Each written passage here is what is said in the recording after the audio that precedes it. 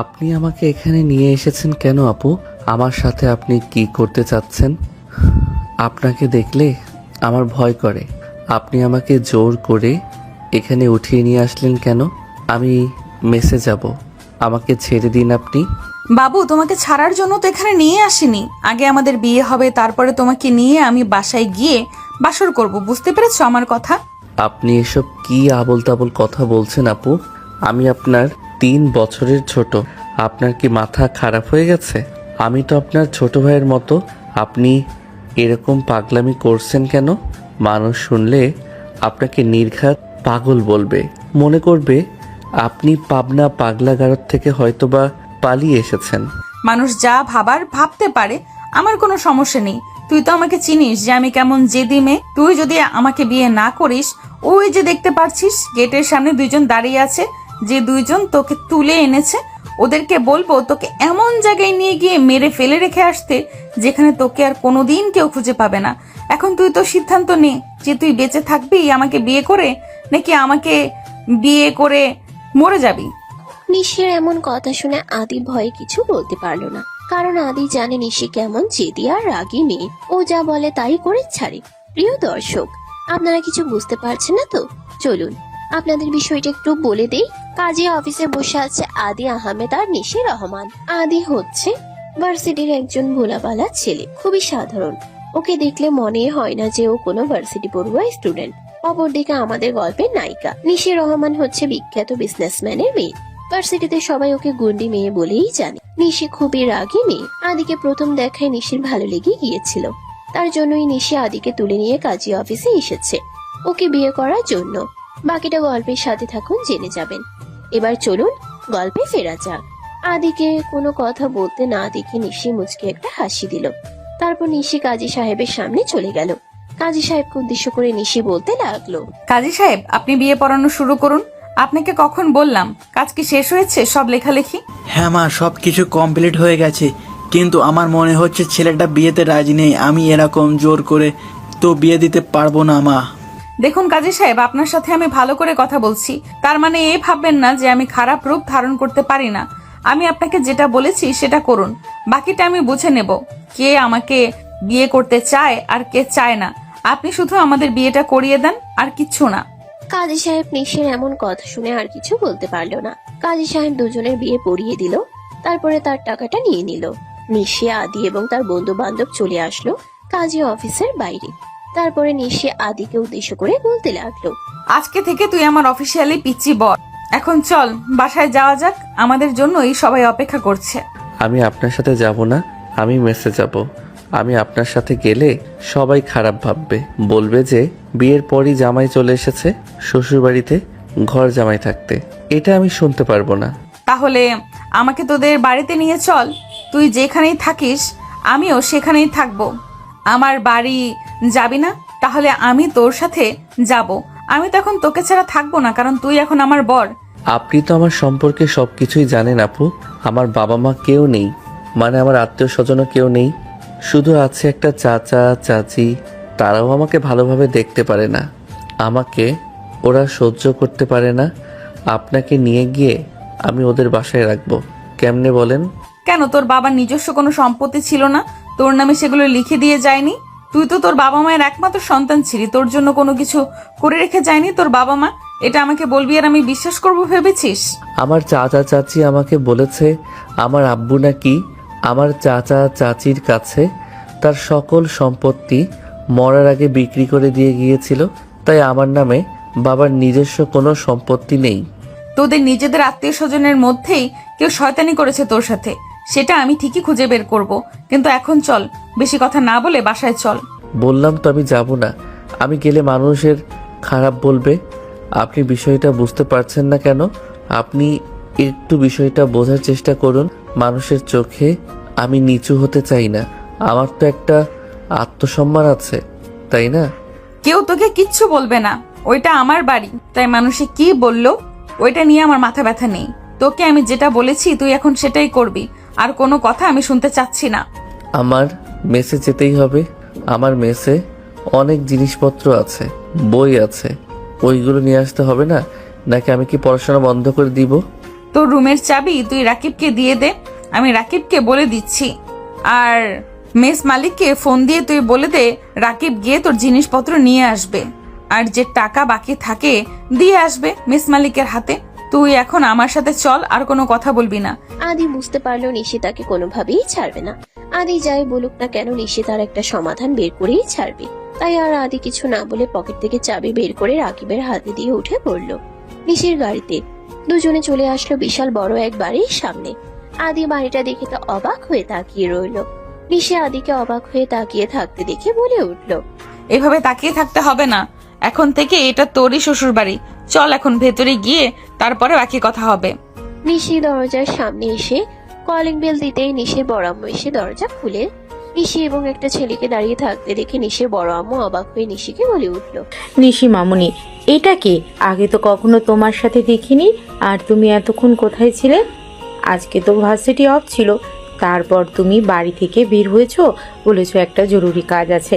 আচ্ছা ঠিক আছে, ভিতরে এসো। দাঁড়িয়ে আছো কেন বাহিরে? ভিতরে এসে তারপর কথা বলো। নিশি আর আদি চলে আসলো বাড়ির ভিতরে। নিশির বড় আম্মু দরজাটা লাগিয়ে দিয়ে ড্রয়িং রুমে আসতেই শুনতে পেল নিশি তার দাদিকে উদ্দেশ্য করে বলতে লাগলো, এই যে বুড়ি, দেখো তো তোমার পছন্দ হয় কিনা। তুমি তো বুড়ো হয়ে গেছো, না হলে তোমার সাথে আদিকে বিয়ে দিয়ে দিতাম। আমি কিন্তু আজকে বিয়ে করে ফেলেছি, আমাকে কিন্তু কেউ কিছু করতে পারবে না। আর হ্যাঁ, আমার জামাইকে কিন্তু মেনে নিতে হবে। যদি মেনে নাও তাহলে কিন্তু আমি এই বাড়ি থেকে বের হয়ে যাব। আমার নাতনি বিয়ে করেছে আর আমি মেনে নেব না? এটা কখনো হয়? তোকে বিয়ে দেওয়ার জন্য কত চেষ্টা করেছি, তুই করিসনি। আর এখন নিজে থেকে বিয়ে করে নিয়ে চলে এসেছিস। আমরা না মেনে নিয়ে থাকতে পারি নাকি? কই গো নাত জামাই, এসো আমার কাছে এসে আমার পাশে বসো তো, তোমার সাথে আমি একটু গল্প করি। আদি ভয়ে ভয়ে এগিয়ে গেল নিশির দাদির সামনে। তারপরে আদি নিশির দাদির সামনে গিয়ে একটা সালাম দিল। নিশির দাদি সালামের উত্তর দিয়ে আদিকে তার পাশে বসালো। তারপরে আদির দিকে তাকিয়ে বলে উঠলো, মাশাআল্লাহ, আমার নাত জামাইকে আমার খুব পছন্দ হয়েছে। আমার নিশির পছন্দ আছে বলতে হবে। ঠিক আছে, তোরা দুজনে এখন রুমে যা। আর বড় বৌমা, তুমি রান্না বান্না শুরু করে দাও। আমার নতুন নাত জামাই এসেছে, তার আদর যত্নের যেন কোনো কমতি না থাকে। আপনি চিন্তা করবেন না আম্মা, আমি এখনই রান্না বসিয়ে দিচ্ছি। আমাদের বাড়ির জামাইয়ের কোনো অযত্ন হবে না। নিশির বড় আম্মু এই কথা শেষ করতেই পিছন থেকে নিশির উদ্দেশ্যে কেউ একজন বলে উঠলো, কোন ছোট লোক ঘরের ছেলেকে বিয়ে করে নিয়ে চলে এসেছো? এই মেয়েটা আমাদের সব মান সম্মান ধুলোয় মিশিয়ে দিল। এই ছেলেকে দেখেই তো মনে হচ্ছে গ্রামের কোনো খ্যাত হবে। আর এই ছেলেকে বিয়ে করে নিয়ে চলে এসেছো কিনা নিশি রহমান ভাবা যায়? নিশির বাবা এটা জানতে পারলে তো মনে হয় হার্ট অ্যাটাক করে মরে যাবে। নিশির সৎ মায়ের মুখে এই কথা শুনে নিশির মুখ লাল হয়ে গেল রাগে। নিশি কিছু বলতে যাবে তার আগে আবারও তার সৎ মা আদিকে উদ্দেশ্য করে বলতে লাগলো, এই ছোট লোকের বাচ্চা, এখনই বাড়ি থেকে বের হয়ে যা। কোনোদিন এই রকমের বাড়িঘর দেখছিস নাকি যে এখানে এসে দাঁড়িয়ে থাকার সাহস করছিস তুই? আমাদের বাড়ির মেয়েকে ভুলিয়ে ভালিয়ে বিয়ে করেছিস, সেজন্য কি ভেবেছিস সব সম্পত্তি তোর হয়ে যাবে? তুই এখনই এই বাড়ি থেকে বের হয়ে যা। এমন অপমানে আদির চোখে পানি চলে এলো। নিশির সৎমা যখনই আদির হাত ধরে তাকে বের করে দিতে যাবে এমন সময় নিশি এসে তার সৎমার হাত ধরে বলতে লাগলো, এই যে আপনার সমস্যাটা কি বলুন তো? আমি বিয়ে করেছি, আমার কোনো সমস্যা নেই। আপনারা তো মাথা ব্যথা কিসের? আমার স্বামীকে আর একবার একটা কথা যদি বলেন, আমি কিন্তু এখনই এই বাড়িতে তুলকালাম বাঁচিয়ে দেব। আর আমি যেটা বলি আমি কিন্তু সেটাই করে, আপনি সেটা খুব ভালো করেই জানেন। আমি বলেছি না আমার কোনো বিষয়ে আপনি কথা বলতে আসবেন না। আপনার মধ্যে আমার মা হওয়ার কোনো যোগ্যতাই নেই। আপনি তো শুধু জানেন সম্পত্তি, টাকা পয়সা এগুলো নিয়ে থাকতে। আপনি ওগুলো নিয়েই থাকুন না, আমার জীবন নিয়ে আপনার মাথা ব্যথার কোনো প্রয়োজন নেই।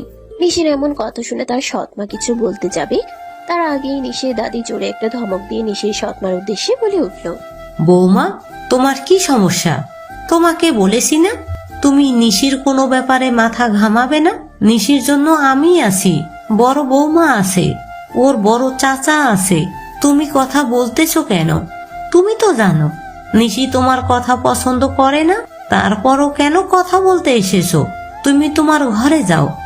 আম্মা, আপনারা নিশিকে আদর দিয়ে দিয়ে মাথায় তুলেছেন। একদিন দেখবেন নিশির এই স্বামী আপনাদের সব সম্পত্তি হাতানোর চেষ্টা করবে। সেদিন আমার কথা মনে পড়বে।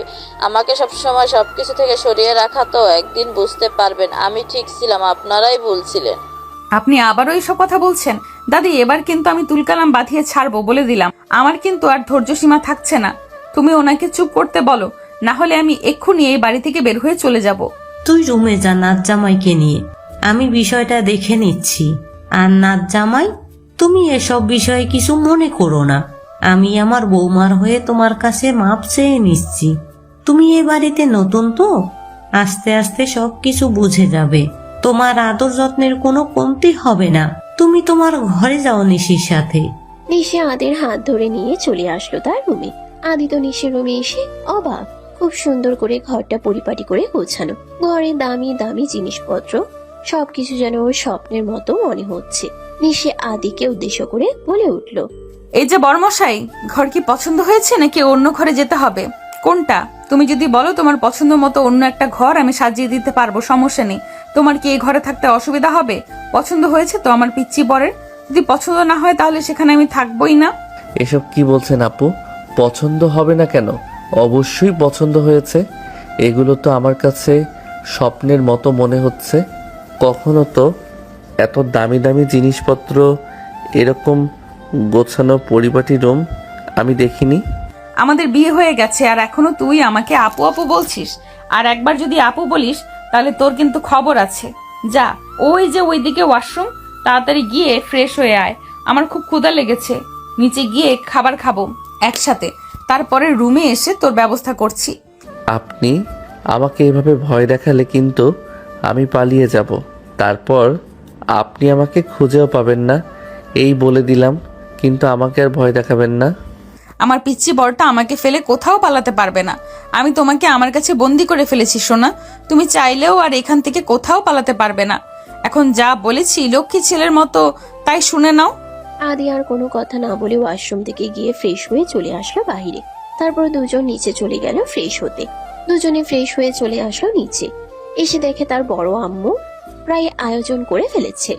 নিশি গিয়ে তার দাদির পাশে বসে পড়ল। আদিও নিশির সাথে চলে গেল। সবাই মিলে বসে গল্প করছে, এমন সময় বাসার কলিং বেল বেজে উঠল। নিশি গিয়ে দরজা খুলে দিয়ে দেখলো বাইরে দিয়া দাঁড়িয়ে আছে। দিয়া নিশিকে দেখে বলে উঠল, কি রে আপু, শুনছি তুই নাকি বিয়ে করে নিয়ে এসেছিস? তো আমার দুলাভাই কোথায়? আমাকে না জানিয়ে তুই বিয়ে করে ফেললি, এটাকে তুই ঠিক করলি? শোনো, যাও, আদি ভেতরে বসে আছে, আয় ভেতরে আয়, তারপর তোকে পরিচয় করিয়ে দিচ্ছি। আর তোকে কে বললো আমি বিয়ে করে এসেছি? তুই তো বাড়ি ছিলি না, তোকে নিশ্চয়ই মহিলা ফোন দিয়ে জানিয়েছে, তাই না? হ্যাঁ, আম্মু আমাকে ফোন দিয়েছিল, কিন্তু আম্মুকে তুই ওই মহিলা বলেছিস কেন? আপু, আম্মু বলে তো ডাকতে পারিস। আমি জানি আম্মু হয়তো তোর সাথে খুব বাজে ব্যবহার করে, তাই বলে এভাবে আম্মুকে ডাকা ঠিক না। প্লিজ দিয়া, তুই আমাকে এইসব বিষয়ে কোনো কথা বলিস না। আজকে ওই মহিলা আদিকে যেভাবে অপমান করেছে, তারপরেও যে আমি এই বাড়িতে আছি এটাই তোদের কাছে সৌভাগ্য মনে কর। প্লিজ তুই এই বিষয়ে আমাকে কোনো কথা বলিস না, তাহলে তোর সাথেও হয়তোবা আমার সম্পর্ক নষ্ট হয়ে যেতে পারে। আচ্ছা ঠিক আছে, আমি আর তোকে এসব বিষয়ে কোনো কথাই বলবো না, কারণ আমি তো জানি আমার আম্মুকে হয়তোবা আজকে খুব বাজে ব্যবহার করে ফেলেছে। আমি আমার আম্মুর হয়ে তোর কাছে ক্ষমা চেয়ে নিচ্ছি। এখন চল, দুলা ভাইয়ের সাথে আমাকে পরিচয় করিয়ে দিবি। এই বলে দিয়া হাসতে হাসতে ড্রয়িং রুমের ভিতরে প্রবেশ করলো। নিশি দরজাটা আটকে দিয়ে চলে আসলো ড্রয়িং রুমে। আসলে নিশির সৎ বোন নিশির মায়ের মতো অতটা খারাপ না। দিয়া নিশিকে খুবই ভালোবাসে এবং বড় আপুর মতো সম্মান ও শ্রদ্ধা করে। দিয়া তার আম্মুকে অনেক বোঝানোর চেষ্টা করেছে যে নিশিকে মেয়ে হিসেবে মেনে নিয়ে সুন্দরভাবে সবার সাথে মিলেমিশে থাকার জন্য, কিন্তু দিয়ার আম্মু সেটা মানতে নারাজ। নিশিকে সে কিছুতেই তার মেয়ে হিসেবে মেনে নেবে না, কারণ এত বড় সম্পত্তির ভাগিদার সে কাউকে করতে চায় না। শুধুমাত্র সে চায় যে এই সকল সম্পত্তির মালিক তার একমাত্র মেয়ে দিয়া হোক, কিন্তু দিয়ার সম্পত্তির লোভ করে না। দিয়া ড্রয়িং রুমে ঢুকে দেখতে পেল তার দাদির সাথে বসে একটা ছেলে কথা বলতে। দিয়া বুঝতে পারলো এটাই তার দুলা ভাই। দিয়া আদির সামনে গিয়ে বলে উঠল, আসসালামু আলাইকুম দুলা ভাই, কেমন আছেন আপনি? আমি আপনার একমাত্র ছোট্ট শালী। আপনি আমাকে না জানিয়ে বিয়ে করে ফেলেছেন, এটা কিন্তু মোটেও ঠিক হয়নি। আমি রাগ করেছি, এখন আপনি আমার রাগ ভাঙান। দিয়ার মুখে এমন কথা শুনে আদি বেশ ঘাবড়ে গেল। আদিকে এভাবে ঘাবড়ে যেতে দেখে নিশির দাদি হাসতে লাগলো।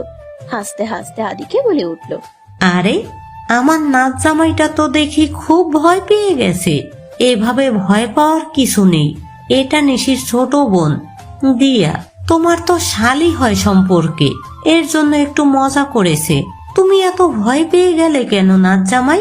নিশিরে, আমার নাচ জামাই তো খুব সরল সোজা। ওকে একটু ভোলাবালা থেকে স্মার্ট বানানো হলে তো ও সব কিছুতে এভাবে ভয় পেয়ে যাবে। হ্যাঁ দাদি, তুমি চিন্তা করো না, আমি ওকে আস্তে আস্তে সবকিছুই সাথে মানিয়ে নিতে শেখাবো। এখন বলো, খাবার কি রেডি হয়েছে? আমার কিন্তু খুব ক্ষুধা লেগেছে, আমার ভালো লাগছে না। আগে কিছু খেতে হবে, তারপর আমার মাথা ঠান্ডা হবে। নিশির এই কথা শুনে রান্নাঘর থেকে নিশির বড় আম্মু চিৎকার করে নিশির উদ্দেশ্যে বলতে লাগলো, নিশি, সব খাবার রেডি হয়ে গেছে, তুই জামাইকে নিয়ে টেবিলে বস, আমি খাবার খেতে দিচ্ছি। আর দিয়া, তুই তো এসেছিস বাইরে থেকে, তুই কি এখন খাবার খাবি নাকি পরে খাবি? যদি খাবার খাস তাহলে তুই নিশিদের সাথে বসে খা। বড় আম্মু, আমি বাইরে থেকে খাবার খেয়ে এসেছি, আমি এখন খাবো না। আমি এখন রুমে গিয়ে আগে একটু ফ্রেশ হয়ে নিই, তারপরে এসে দুলাভাইয়ের সাথে অনেক আড্ডা দেবো। কি বলেন দুলাভাই? ততক্ষণে আপনি খাওয়া দাওয়া শেষ করে নেন, আমি চটপট গিয়ে ফ্রেশ হয়ে আসছি, কেমন? এই বলে দিয়া চলে গেল তার রুমে ফ্রেশ হতে, আর আদিরা বসে গেল খাবার খেতে। দিয়া রুমে গিয়ে ফ্রেশ হয়ে যে রুম থেকে বের হতে যাবে, এমন সময় তার আম্মু এসে দিয়াকে উদ্দেশ্য করে বলতে লাগলো, দিয়া, বেশি বাড়াবাড়ি করিস না, আমার কথাটা মন দিয়ে শোন। নিশি বিয়ে করে নিয়ে এসেছে, কেন জানিস? তুই ওর চালাকিটা ধরতে পারছিস না নাকি? ও বিয়ে করে নিয়ে এসেছে যাতে এই সকল সম্পত্তি খুব দ্রুত ভাগাভাগি হয়ে যায় আর ওর ভাগে বেশি পড়ে, কারণ ও বিয়ে করে ফেলেছে, ওর স্বামী এখন বেকার। এইসব তোর বাবার থেকে বেশি সম্পত্তি আদায় করবে। আম্মু, তুমি এমন কেন বলো তো? আমি তো সে ছোট থেকে দেখে আসছি তুমি নিশি আপুকে সহ্য করতে পারো না। কেন? হ্যাঁ, নিশি আপুর আম্মু মারা যাওয়ার পর তো তুমি এ বাড়িতে এসেছো যাতে নিশি আপু একটা মা পায়, আর তুমি আসার পর থেকে নিশি আপুকে কিছুদিন ভালোবাসার পরই খারাপ ব্যবহার শুরু করে দিয়েছিলে, যা আমি দাদির মুখে শুনেছি বড় হওয়ার পর। বাবা তো কারোকে কোনো কমতে দিচ্ছে না, আমাকে যে ভালোবাসা দিচ্ছে নিশি আপুকেও সেই ভালোবাসাই দিচ্ছে। তাহলে তুমি সম্পত্তি নিয়ে পড়ে আছো কেন? তুমি দুই মেয়েকে নিয়ে সুখে সংসার করো, দেখো তোমার কোনো কিছুর কমতি হবে না। আর তুমি কেন এই সম্পত্তি নিয়ে কেন হিংসাহিংসি করছো আম্মু বলো? এটা কিন্তু ঠিক না, তুমি এটার জন্য একদিন শাস্তি পাবে। আগে থেকেই বলছি, তুমি সাবধান হয়ে যাও। আমি তোর ভালোর জন্যই তোকে বোঝাতে আসলাম, আর তুই উল্টো আমাকে দোষ দিচ্ছিস। আমার তো সময়কে মনে হয় তুই আমার নিজের মেয়ে কিনা। তুই আমার নিজের মেয়ে হলে কখনো আমাকে এভাবে বলতে পারতি? তোর যেটা ভালো মনে হয় তুই সেটাই কর, কিন্তু আমি তোদের কারোর কোনো কথা শুনবো না। নিশি তো আমার নিজের মেয়ে না, তাহলে আমি কেন ওকে মেনে নেব? তোকে আমি বোঝালাম, তুই যদি বুঝে যাস তাহলে তোর জন্য ভালো, আর তুই না বুঝলে যে পারলে সেটা তোর জন্য খারাপ। আমার ভালো খারাপটা আমি ঠিকই বুঝি, কিন্তু তুমি তোমার ভালো খারাপ বুঝতে পারছো না। ঠিক আছে, যখন তুমি ভালো খারাপটা বুঝতে পারবে তখন তোমার পাশে থাকার মতো কোনো মানুষই তুমি পাবে না। কথাটা মিলিয়ে নিও। একদম বাপের মতো হয়েছে সৎ মানুষ। এখন সৎ মানুষের কোনো দাম নেই, জানিস তো? নিজের ভালোটা যদি তুই এখন না বুঝিস, পরে কোনো দিন আর বুঝতে পারবি না। দিয়া তার মার কোনো কথার উত্তর না দিয়ে চলে আসলো ড্রয়িং রুমে। এসে দেখে সবাই খাওয়া দাওয়া করে বসে গল্প করছে। দিয়া তার আপুর পাশে গিয়ে বসে বলতে লাগলো, আপু, এখন বল, তুই বিয়ে করে ফেললি অথচ আমাকে জানালি না কেন? আমি জানলে কি খুব বেশি ক্ষতি হয়ে যেত? আমাকে এখন ট্রিট দিতে হবে, বিকেলে তাহলে আমাকে ফুচকা খাওয়াতে নিয়ে যাবি। ঠিক আছে, তা না হয় নিয়ে যাব। তোকে কিভাবে জানাতাম বল? যেখানে ও তোর দুলাভাই রাজি ছিল না, ওকে উঠিয়ে নিয়ে গিয়ে আমি বিয়ে করেছি, আর বিষয়টা কেউই জানতো না। প্লিজ বোন, কিছু মনে করিস না, তুই যা খেতে চাইবি আমি তোকে বিকেলে নিয়ে গিয়ে তাই খাওয়াবো। নিশির মুখে এই কথা শুনে দিয়া বেশ খুশি হয়ে গেল, কিন্তু নিশির একটা কথা শুনে দিয়া বেশ অবাক হলো যে নিশি আদিকে উঠিয়ে নিয়ে গিয়ে বিয়ে করেছে। দিয়া হাসতে হাসতে তার দুলাভাইয়ের উদ্দেশ্যে বলে উঠলো, দুলাভাই, এটা কি শুনছি? আপনাকে আপু তুলে নিয়ে গিয়ে বিয়ে করেছে? আপনি কি বিয়েতে রাজি ছিলেন না? আমার আপু এত সুন্দরী দেখতে, তারপরে আপনি আমার আপুকে বিয়ে করতে রাজি ছিলেন না কেন? আদি মনে মনে অনেকটা সাহস জুগিয়ে নিল, কারণ সে জানে এখন যে কথাটি বলবে এটা নিশি শোনা মাত্রই আদির উপর আক্রমণ হতে পারে। কিন্তু তারপরেও দেওয়ার উদ্দেশ্যে আদি বলেই উঠল, তোমার আপু যে গুন্ডি টাইপের মেয়ে, সারা ভার্সিটিতে গুন্ডামি করে বেড়ায়, তোমার আপুকে ভয় পাবো না তো কি করব? আর তোমার আপুর থেকে আমি 3 বছরের ছোট, তারপরেও তোমার আপু আমাকে বিয়ে করেছে। আরে দুলাভাই, ভালোবাসা থাকলে বয়স কোনো বাধা মানে না। আমার আপু দেখেন আপনাকে খুব বেশি ভালোবাসবে, প্যারা নিয়েন না তো এত। এদিকে আদির কথা শুনে নিশি মনে মনে রাগে ফেটে পড়ছে। নিশি খুব ঠান্ডা ভাবে আদিকে উদ্দেশ্য করে বলে উঠল। আদি একটু রুমে এসো তো, তোমার সাথে আমার জরুরি কিছু কথা আছে। একটা কথা বলতে তোমাকে ভুলে গিয়েছিলাম, এখনই আসবে 1 মিনিটের মধ্যে। আদি বুঝতে পারলাম ভুল জায়গায় ভুল কথা বলে ফেলেছে। এখন তার কপালে অনেক দুঃখ আছে। আদি আমতা আমতা করে নিশিকে উদ্দেশ্য করে বলে উঠল। এখন রুমে গিয়ে কি করব? এখন তো এখানে বসে গল্প করছি, ভালোই লাগছে। একটু পরে যাই, তারপরে গিয়ে সব কথা না হয় শুনবো।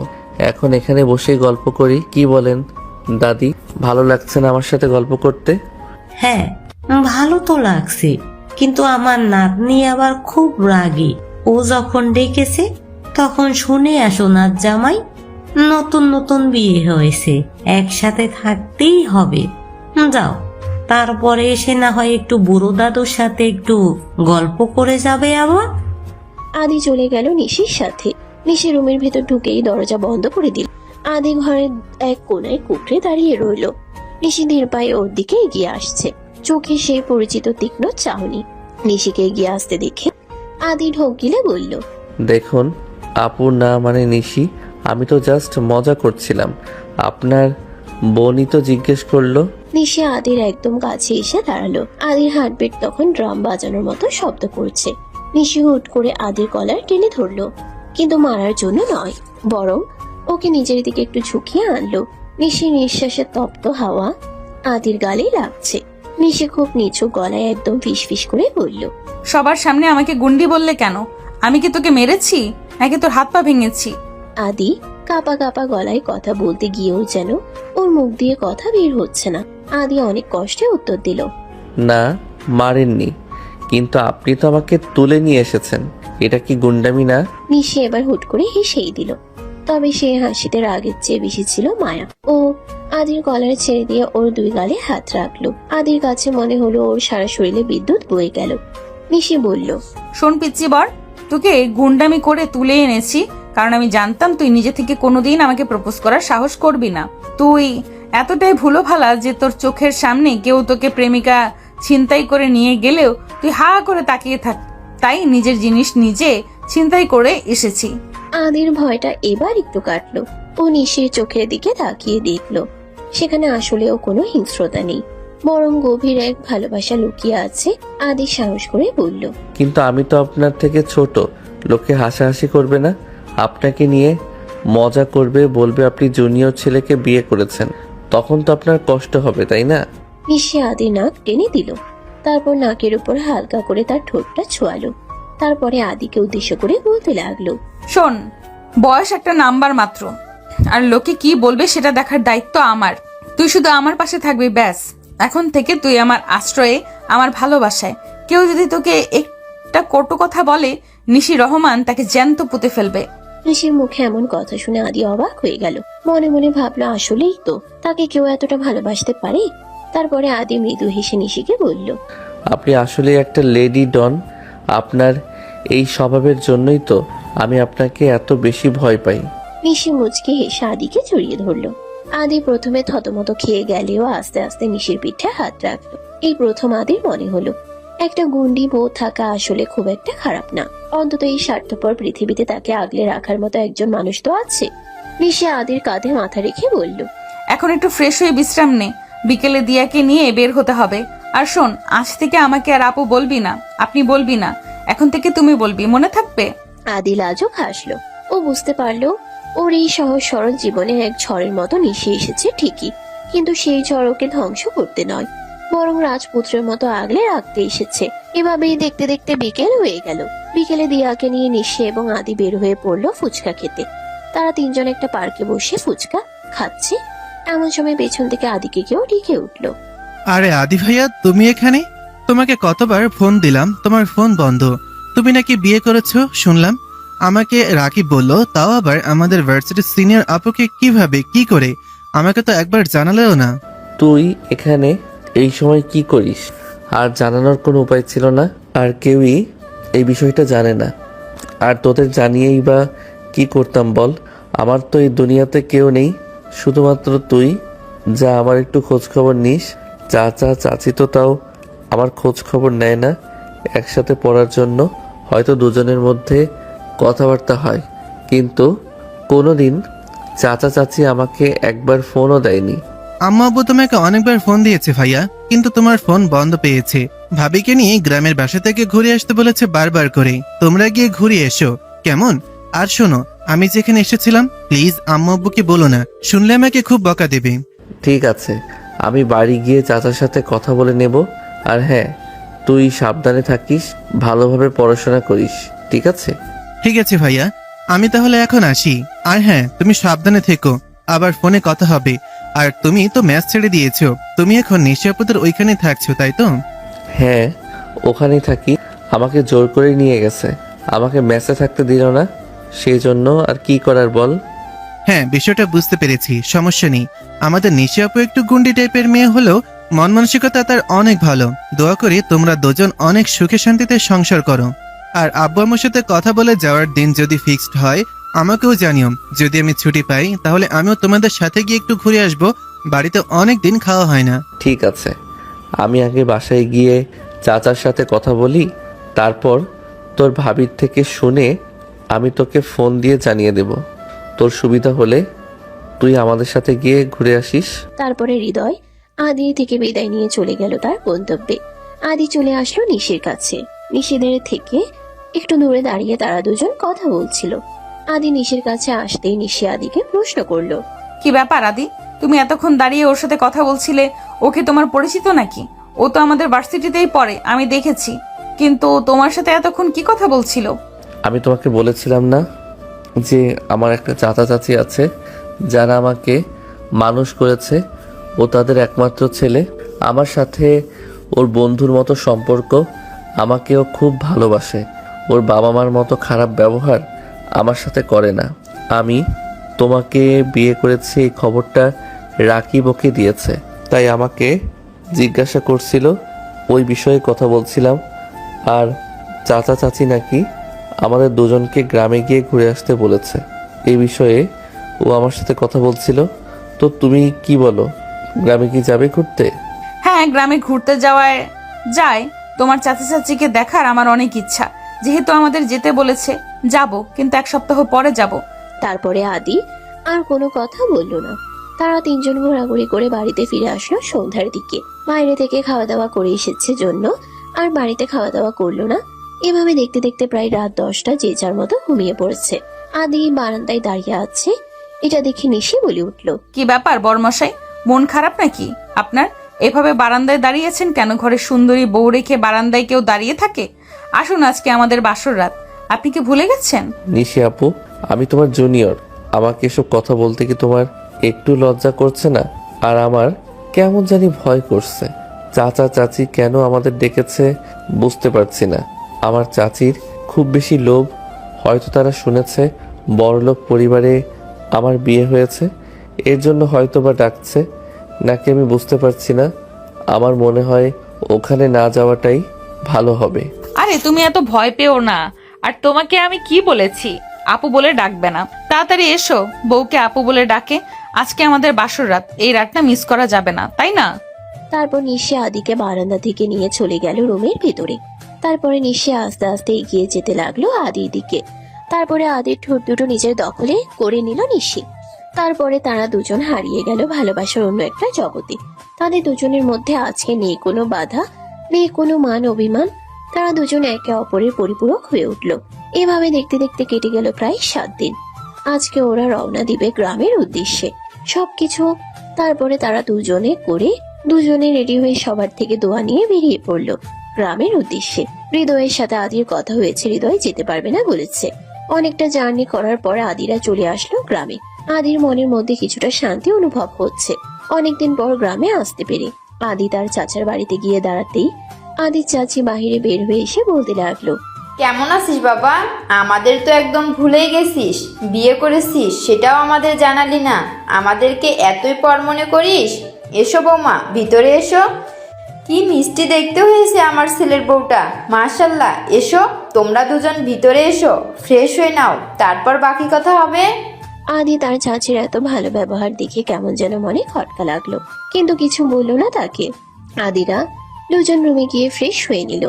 আদির আগে নিজে ফ্রেশ হচ্ছে, তাই নিশি একটু রুম থেকে বের হয়ে রান্নাঘরের দিকে আসছিল। এমন সময় তার কানে আসলো। এই শুনছো, আমার কথা মন দিয়ে শোনো। আমার সোনার ডিম পাড়া হাঁস দুটো চলে এসেছে। ওদের ভুলিয়ে ভালিয়ে ওদের থেকে অনেক কিছু নিতে হবে। ওদের দুজনকে রাগালে চলবে না। ওদের আদর যত্নের কোনো কমতি দেওয়া যাবে না, ঠিক আছে? সেটা না হয় বুঝলাম, কিন্তু বড় লোকের মেয়ে, কত খরচ খরচা হবে বুঝতে পারছো? একবার তুমি তো ওদের দাওয়াত করে নিয়ে এসেই চুপচাপ কত টাকা খরচ হবে একবার ভেবে দেখেছো কি? আরে তা চিন্তা করো না কিছু, আমি ওদের থেকে সব উসুল করে নেব। এখন যা রান্না করেছি তা তো খেতে দিতে হবে। ঘরে তো তেমন কিছু ছিল না, আপাতত ছোট মাছ ছিল, আর একটা না হয় ডিম ভেজে দেবো সাথে। তাছাড়া এখন আর কি করব বলো? হ্যাঁ হ্যাঁ, যা আছে তাই দিয়ে দাও। আমাদের আদি তো আর কোনো কথা বলবে না। ওকে যা দিবে ও চুপচাপ তাই খেয়ে নেবে। সমস্যাটা হচ্ছে বড় লোকের মেয়েকে নিয়ে ও যদি এখন না খেতে চায় তাহলে তো মুশকিল হয়ে যাবে। আদির চাচা আর চাচি এইসব কথা শুনে নিশির মাথায় শয়তানি একটা বুদ্ধি আসলো। নিশি যেন কিছু শোনেনি এমন ভাব করে চলে আসলো রান্নাঘরে। আদির চাচা চাচি দুজনে নিশিকে দেখে যেন থতমত খেয়ে গেল। আদির চাচি আমতা আমতা করে বলে উঠল, কি ব্যাপার মা, তুমি রান্নাঘরে? তোমার কি কিছু দরকার? তোমার যদি কিছু প্রয়োজন থাকে আমাকে বলতে পারো। তুমি নেমে আসলে কেন? আমাকে ডাক দিলেই তো তুমি পারতে। আসলে চাচি, আমার না খুব ক্ষুধা লেগেছে। অনেক দূর থেকে জার্নি করে এসেছি তো। আপনারা কি রাগ করেছেন? রান্না বান্না কি শেষ হয়ে গেছে? আমরা কি খেতে বসবো তাহলে? হ্যাঁ, রান্না তো শেষ হয়ে গেছে। আসলে মা, তোমার চাচা তো বাড়িতে ছিল না, তাই বাজারেও যেতে পারিনি। রুমে যেটা ছিল তাই রান্না করেছি, ছোট মাছ রান্না করেছি। তোমরা এসে খেতে বসো, তারপরে তোমার চাচা বিকেলের দিকে না হয় বাজার থেকে বাজার সদাই করে নিয়ে আসলে রাতে ভালো কিছু রান্না করে দেব। ছোট মাছ? সেটা আবার কি মাছ? চাচি, আমি তো ছোট মাছ বলতে কোনো মাছ চিনি না। আমি এরকম কিছু খেতে পারবো না। তাহলে আমি যাই, রুমে গিয়ে জিনিসপত্র গুছিয়ে নেই। এখানে থাকা আমার পক্ষে সম্ভব না। আপনাদের রুমগুলো ছোট ছোট, তারপরে যদি খাওয়ারও কষ্ট হয় তাহলে এখানে আমি থাকতে পারবো না। এই কথা শুনে চাচির মুখ একদম ছোট হয়ে গেল। নিশি এটা বলেই উপরের দিকে চলে যাচ্ছিল। এমন সময় চাচি নিশিকে পেছন থেকে ডেকে বলে উঠল, আরে বৌমা, কোথায় যাও তুমি? তুমি আমাকে বলো তুমি কি খাবে। দরকার পড়লে তোমার চাচা এখনই বাজার থেকে গিয়ে সেগুলো নিয়ে আসবে। তুমি চলে যাবে মানে? আমাদের বাড়ির অতিথি হয়ে এসেছো তুমি, আর তোমাকে না খাইয়ে কি যেতে দেব বলো? আর যদি একটু কষ্ট করে এখনকার মতো খেয়ে নাও তুমি, ছোট মাছ না খাও, তোমাকে একটা ডিম ভেজে দেই আমি।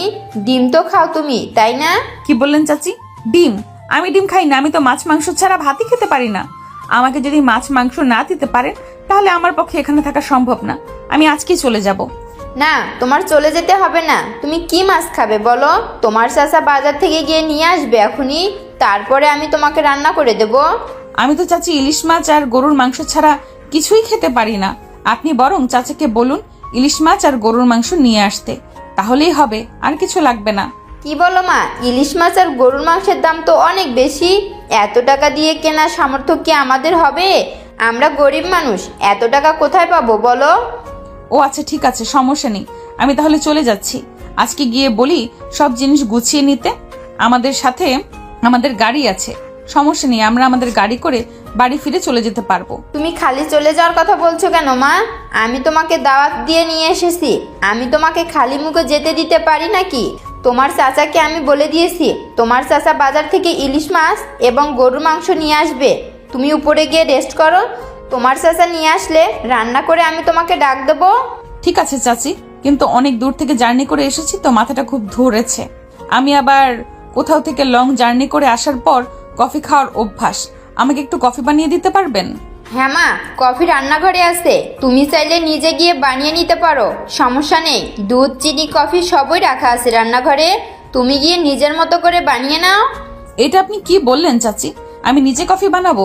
আমি আমার বাসায় কোনোদিনও রান্নাঘরের আশেপাশেও যাইনি।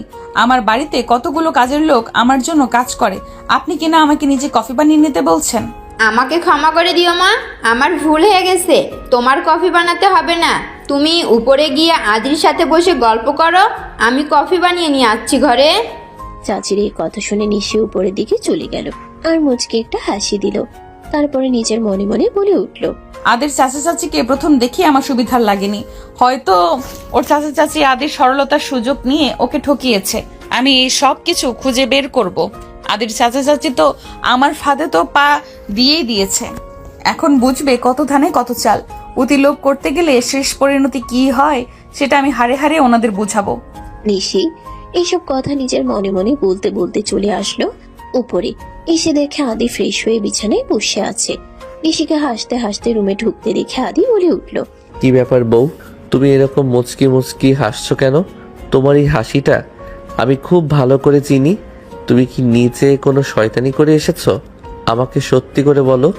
নিশি দরজাটা সুন্দর করে লাগিয়ে দিয়ে এসে আদির একদম কাছে এসে বসলো। তারপর ওর হাতটা নিজের হাতের মধ্য দিয়ে বলে উঠলো, আরে বেবি, তুমি কি সব বলছো? আমি কি শয়তানি করে আসবো? তুমি যা দেখবে শুধু চুপচাপ থাকবে, কোনো কথা বলবে না। তুমি দেখো না শুধু আমি কি করি।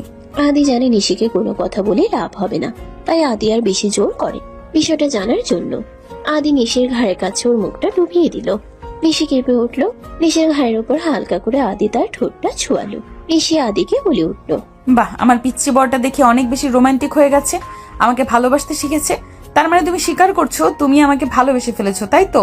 তোমার কি মনে হয় আমি কি তোমাকে ভালো না বেসে কাছে টানছি? প্রথম প্রথম তোমাকে আমার ভয় করলেও আস্তে আস্তে আমি তোমার প্রতি আটকে গেছি। তুমি আসলেই আমাকে নিজের কাছে বন্দি করে ফেলেছো, যেখান থেকে চাইলেও আমি আর নিজেকে সরাতে পারবো না। হ্যাঁ, সব বুঝতে পেরেছি, এখন ছাড়ো তো, না হলে যে কেউ চলে আসতে পারে। পরে বিষয়টা খারাপ দেখাবে যে ঘুরতে এসে ঘরের মধ্যে বসে প্রেম করছি দুজনে। খারাপ কেন দেখাবে? আমি তো আমার বউকে আদর করছি, আমার বিয়ে করা বউ। আমি তো অন্য মেয়ের কাছে যাইনি। যে বিষয়টা খারাপ দেখাবে, তুই চুপচাপ এখানে বসে থাকো। আদি যেই এই কথা বলেছে তখনই দরজায় খটখট আওয়াজ হতে লাগলো। দরজায় এমন আওয়াজ হতে দেখে আদি বেশ বিরক্ত হলো, কিন্তু আদির বিরক্তি মাখা মুখটা দেখে নিশি মিটিমিটি হাসতে লাগলো। তারপরে আদির কাছ থেকে নিশি উঠে গিয়ে দরজাটা খুলে দেখে আদির চাচি কফি হাতে দাঁড়িয়ে আছে। আদির চাচি নিশির হাতে কফিটি দিয়ে চলে গেল নিচে। আদিরা দুজন বসে কফি খাচ্ছে আর গল্প করছে। অপরদিকে বাজার থেকে আদির চাচা সবকিছু কিনে নিয়ে এসেছে আর ওর চাচি রান্না করছে। প্রায় 2 ঘন্টা পর সব রান্না কমপ্লিট করে আদির চাচি নিশিদের দুজনকে ডাক দিল খাওয়ার জন্য। তারপরে দুজনে নিচে এসে খাওয়া দাওয়া করে নিল। এভাবে দেখতে দেখতে কেটে গেল প্রায় 3 দিন। এই 3 দিনে নিশি আদির চাচিকে খুব জ্বালাতন করেছে। নিশি আদিকে কোথাও খুঁজে পাচ্ছিল না। এদিক ওদিক খুঁজতে খুঁজতে হঠাৎ করে আদির চাচা চাচির রুমের সামনে এসে দাঁড়ালো আর নিশি তখনই শুনতে পেল, এই শোনো, এই বড় লোকের মেয়ের কাছ থেকে কিছু পাওয়ার আশা তুমি করো না। ও খুব চালাক, দেখেছো তো এই 3 দিনে আমাদের কত টাকা খরচ করে ফেলেছে। তুমি ওকে তাড়াতাড়ি বাড়ি থেকে বিদায় করো তো। ও যদি এখানে আর বেশি দিন থাকে তাহলে কিন্তু সত্যিটা জেনে ফেলবে। আর ও যদি সত্যিটা জেনে ফেলে তাহলে কি অবস্থা হবে বুঝতে পারছো একবার? ও সত্যিটা কোনোদিনও জানতে পারবে না। ও কিভাবে জানবে? আসল দলিল তো আমাদের নিজের আলমারিতে রাখা আছে, আর আলমারির চাবি তো আমার কাছে। ও কখনো এই জিনিসটা ধরতে পারবে না। তুমি এত চিন্তা করো না, আমাকে আমার মতো কাজ করতে দাও তো। নিশি এইসব কথা শুনে তো অবাক হয়ে গেল।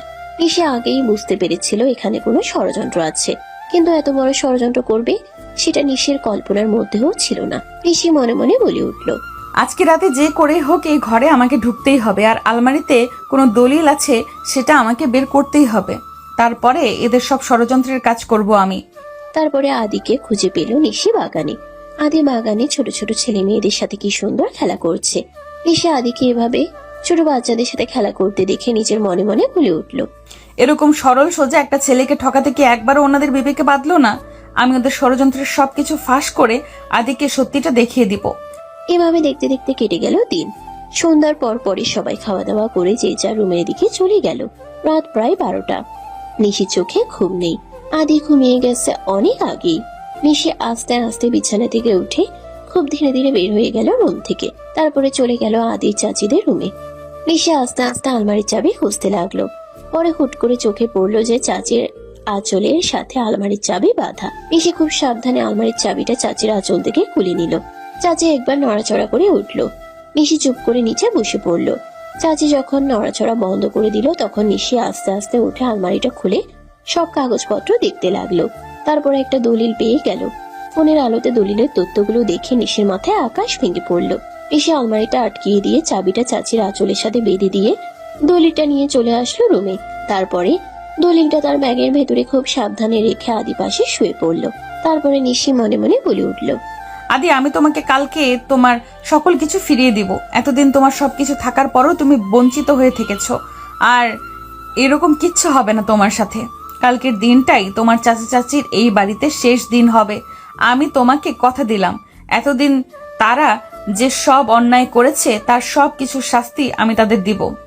নিশি এই কথাগুলো মনে মনে বলে আদিকে জড়িয়ে ধরে ঘুমের দিশে পাড়ি জমালো।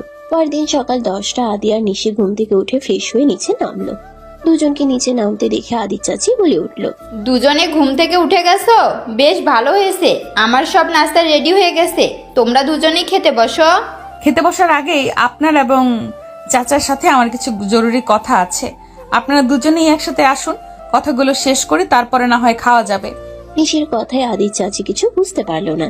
রান্নাঘরে কাজগুলো রেখে দিয়ে আদির চাচাকে ডেকে নিয়ে দুজনে ড্রয়িং রুমে আসতেই নিশি দুজনকে উদ্দেশ্য করে বলে উঠল, আপনারা আদির নিজের আত্মীয় হয়েও ওকে কিভাবে ঠকাতে পারলেন?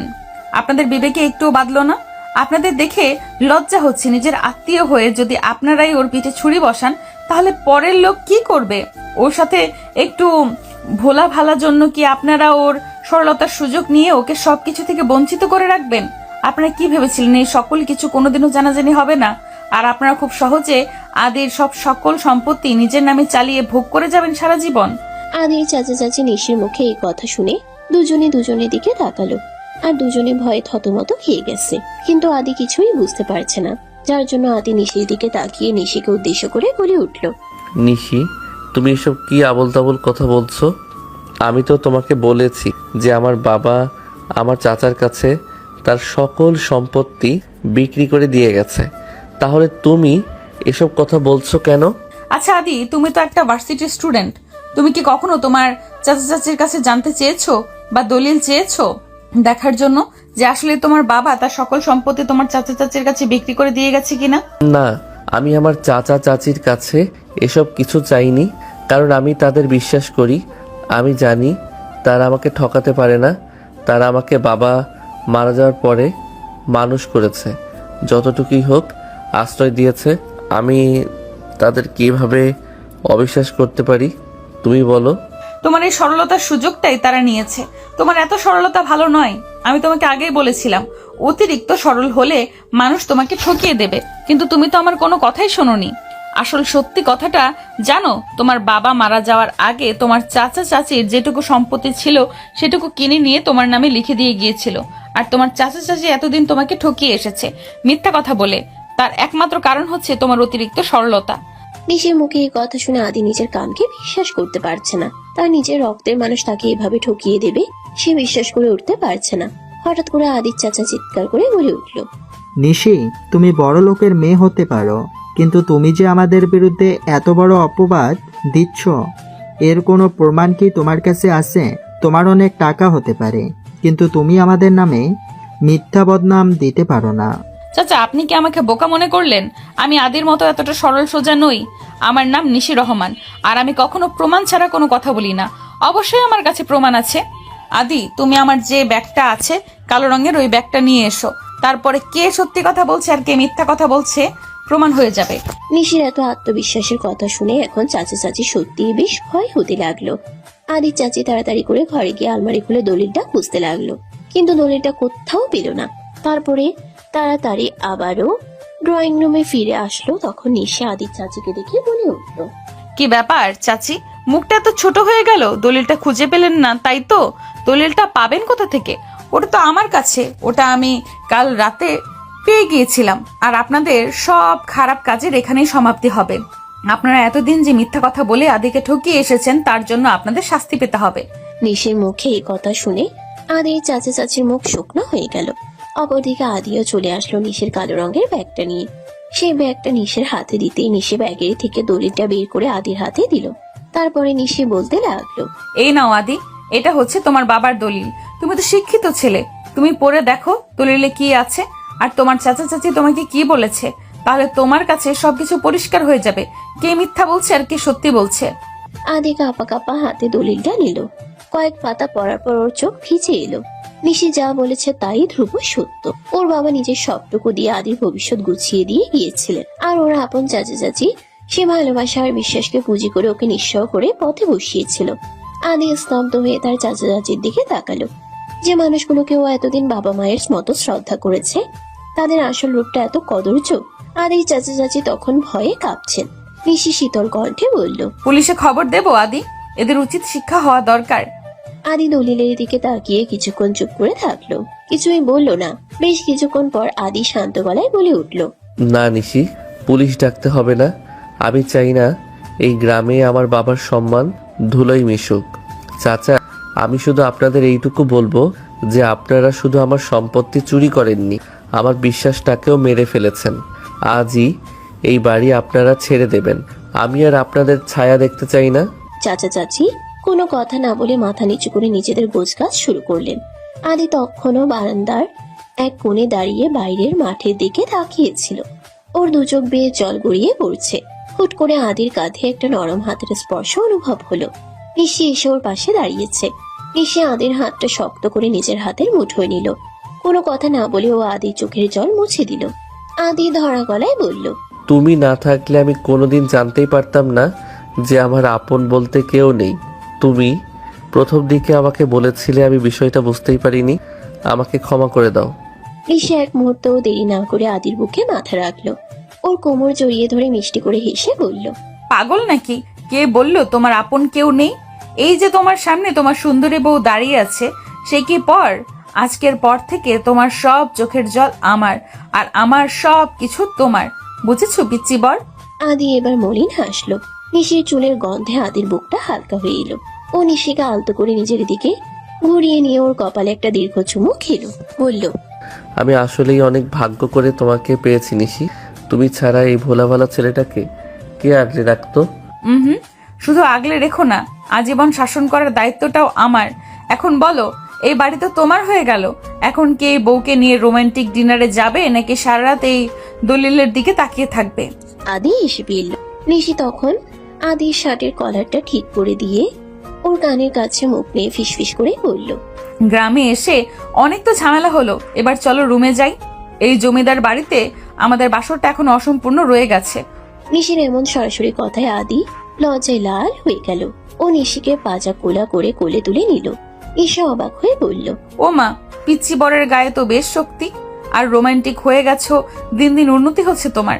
আগে তো আমাকে ভয় পেতে, কাছে আসতে চাইতে না, আর তোমাকে এখন বলতে না বলতেই কাছে টেনে নাও আমাকে। আদি হাসতে হাসতে ওকে রুমের দিকে নিয়ে যেতে লাগলো। নিশি লজ্জায় আদির বুকে মুখ লুকালো।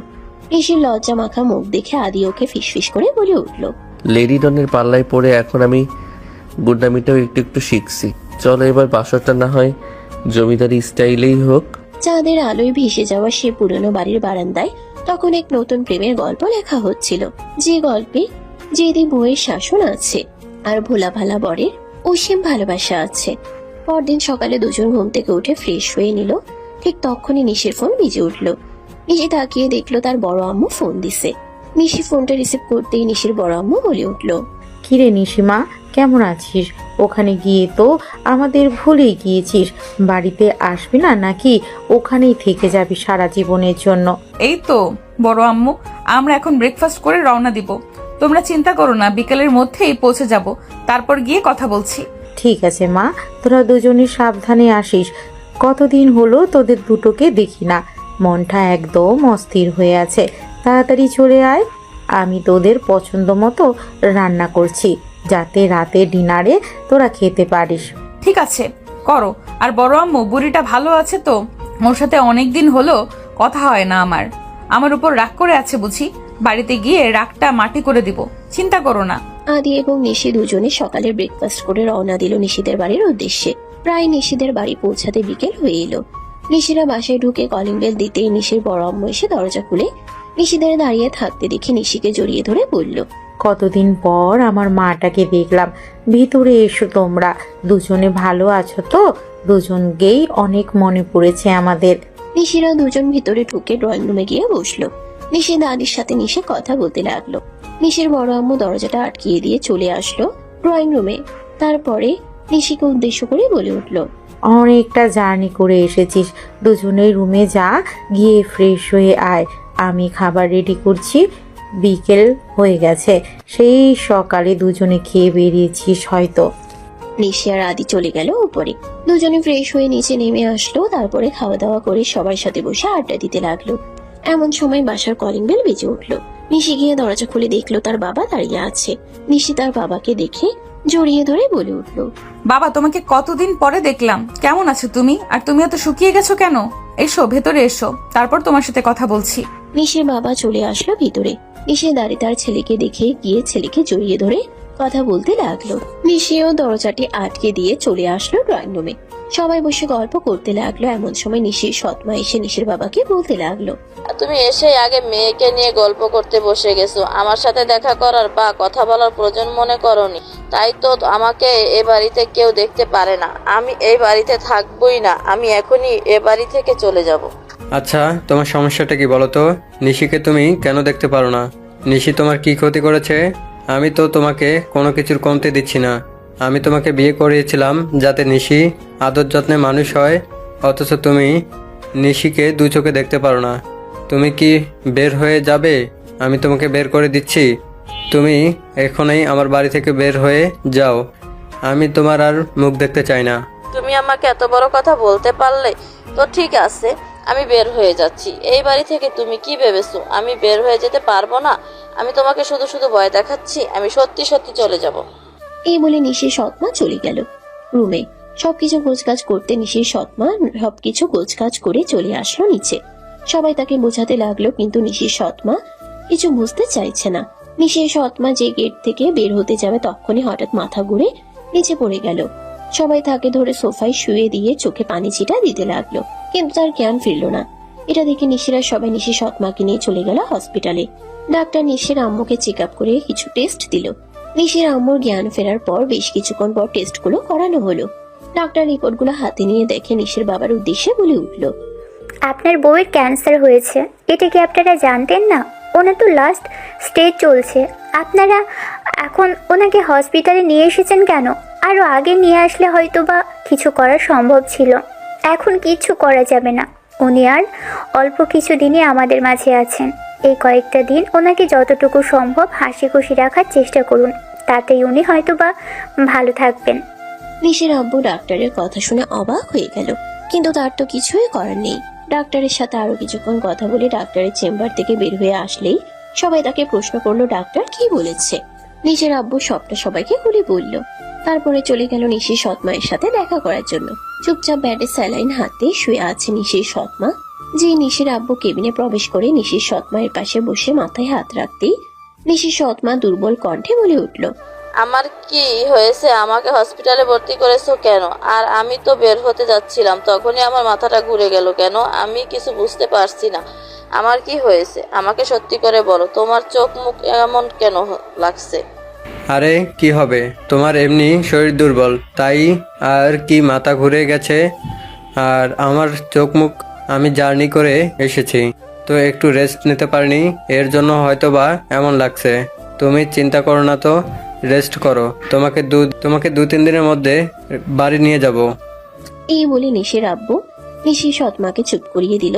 তারপর টুকটাক আরো কিছু কথা বলে বের হয়ে চলে আসলো কেবিনের ভেতর থেকে।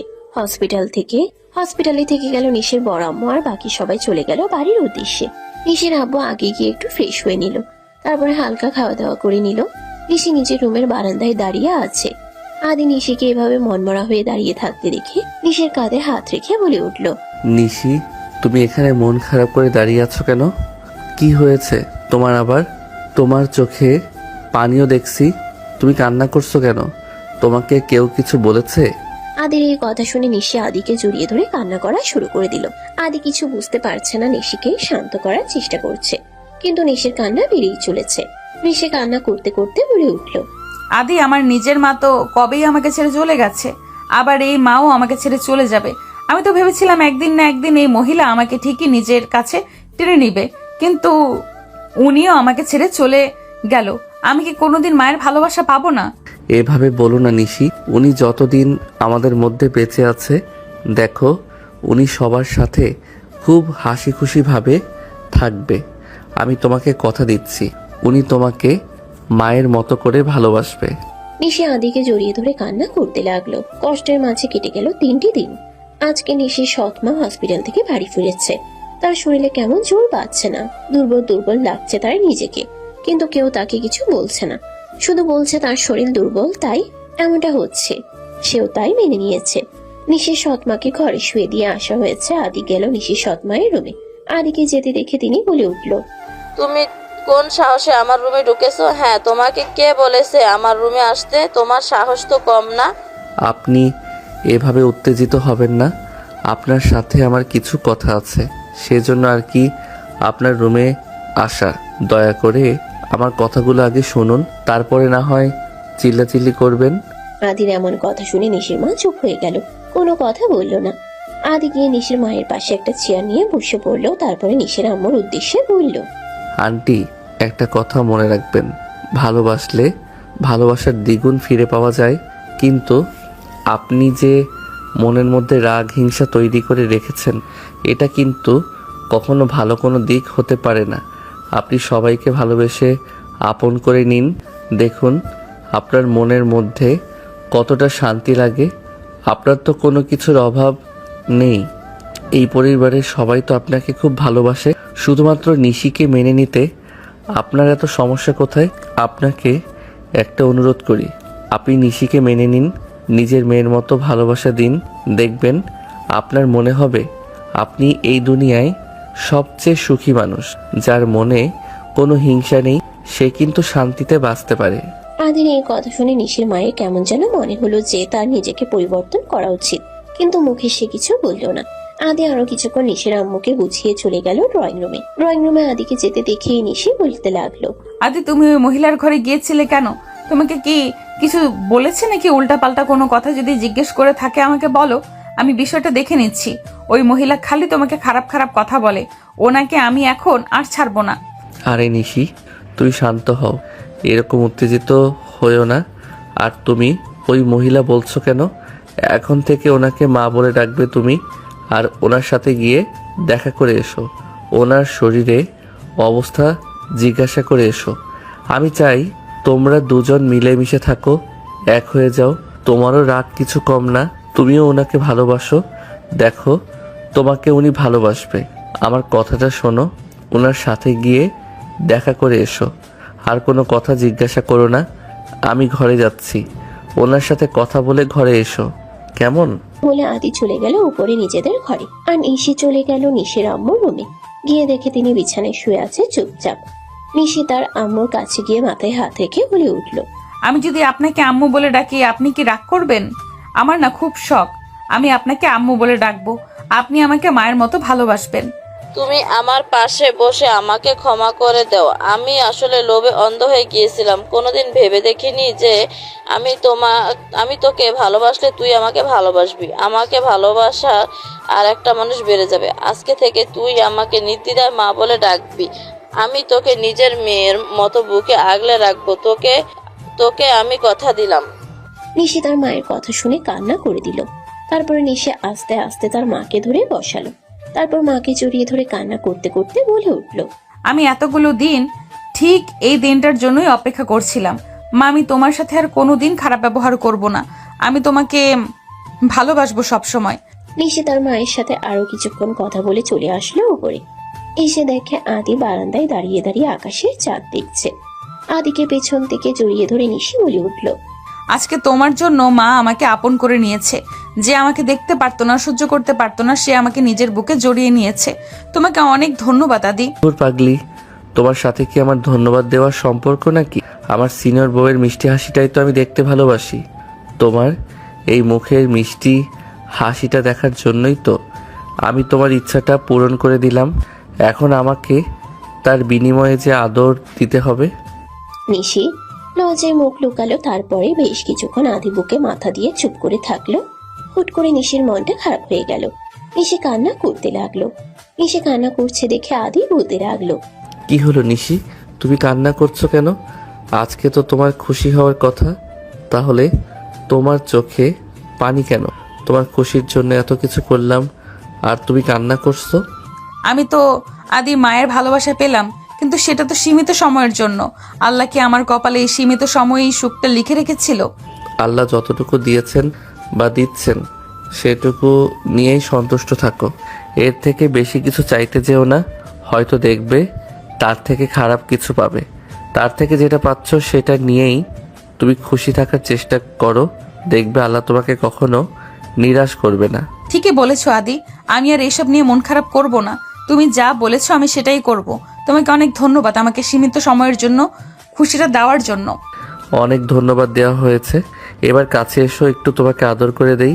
এই কয়েকদিনে মন খারাপের জন্য তোমাকে ভালো মতো একটু আদরও করতে পারিনি। আদি নিশিকে তার কাছে টেনে নিল, তারপরে নিশির ঠোঁটের সাথে তার ঠোঁটটা মিশিয়ে দিল। আস্তে আস্তে তারা দুজনে হারিয়ে গেল ভালোবাসার অন্য একটা জগতে। সবাই দোয়া করবেন নিশি আর আদি যেন এইভাবে সারা জীবন সুখে শান্তিতে থাকতে পারে। আজকের গল্পটা এখানেই সমাপ্ত করলাম। দেখা হবে নতুন কোনো গল্পে। সে পর্যন্ত ভালো থাকবেন, সুস্থ থাকবেন। ধন্যবাদ। সমাপ্ত।